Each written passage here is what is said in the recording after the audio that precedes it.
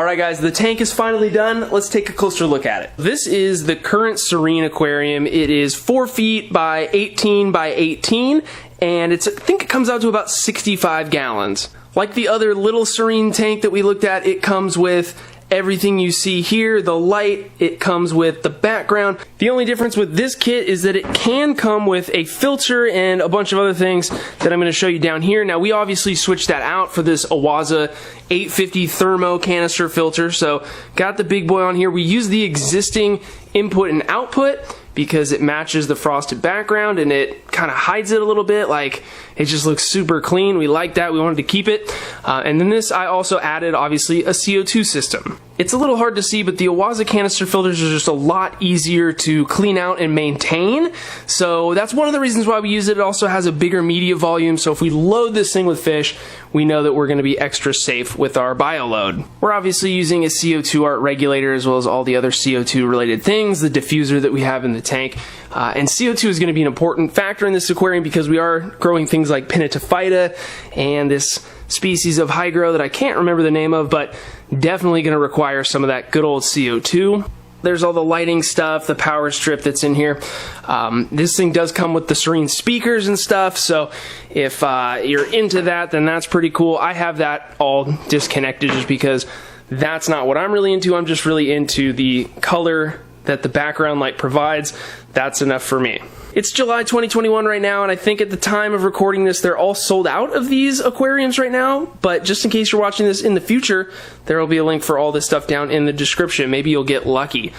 There is a version of the tank that comes with the stand, but nothing else, and the stand is not assembled, and it's a really good deal, so just be on the lookout for that. You can use code AquaPros and save 15% on that. So if you do that, it's a super good deal for a 4-foot rimless aquarium. I'm also making use of the faux dragonstone.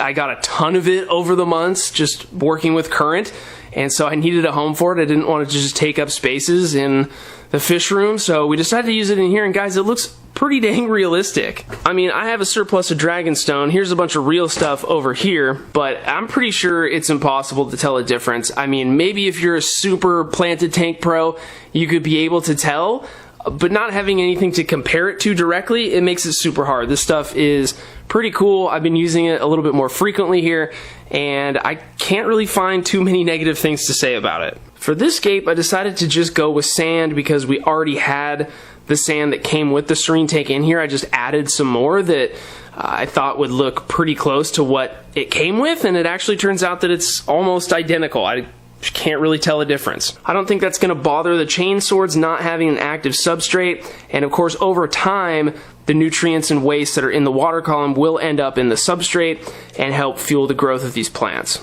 In the background I threw in some Rotala Vietnam as well as a bunch of this hydro, and we also did that over here on the right side behind this little kind of island area. So hopefully those plants will be really successful back there. I did notice that this hydro was starting to kind of die off at the base near where it was planted originally, so not really sure what the deal is with that. You know, you get plants right from the farm and you can have issues like that just pop up, so we'll see if this stuff makes it. I'm crossing my fingers. Another big question mark is going to be the Pinnatophyta, because obviously this stuff is grown up out of water and it's in a lot different of a form than when it grows underwater and with CO2.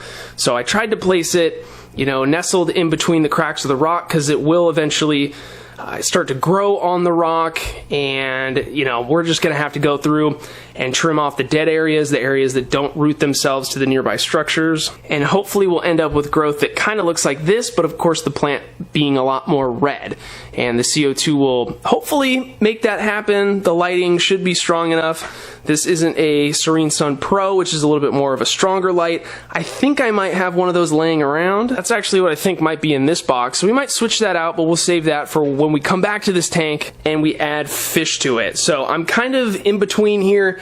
I think I might need to move all the Curais into this tank first once we get everything cycled and the filters running, because again, we did put on a brand new filter. It should cycle pretty quickly though. We did add some Fritz nitrifying bacteria to it, so in theory we could add those fish right now, but I'm just not sure what I want to do. Everything needs to get out of this tank because again, we're going to be doing a big rescape on it, so the fish need to go somewhere. Obviously, all the plants need to go somewhere. We just have some overflow from that recent plant order.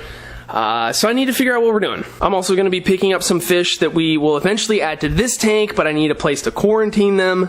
So that's also a possibility for this tank. I just need to figure out what I'm doing. Everything's kind of a mess right now. But I think that's pretty much it, guys. I mean, there's not much more to say about this. The scape will obviously look a lot different here in the next month or so, once these stem plants really grow up to the top of the water and we start trimming them.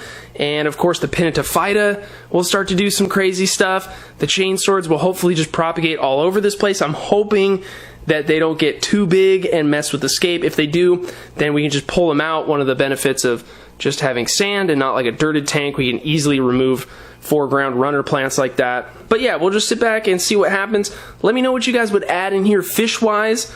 I, of course, have my ideas, and I always like to see what you guys would put in tanks, because a lot of the times it's a better idea than what I have going on in my head. So thank you so much for watching, guys. I hope you enjoyed this setup video, and all of this made sense to you if you're a new planted fish keeper. Thanks, guys, and we'll see you next time.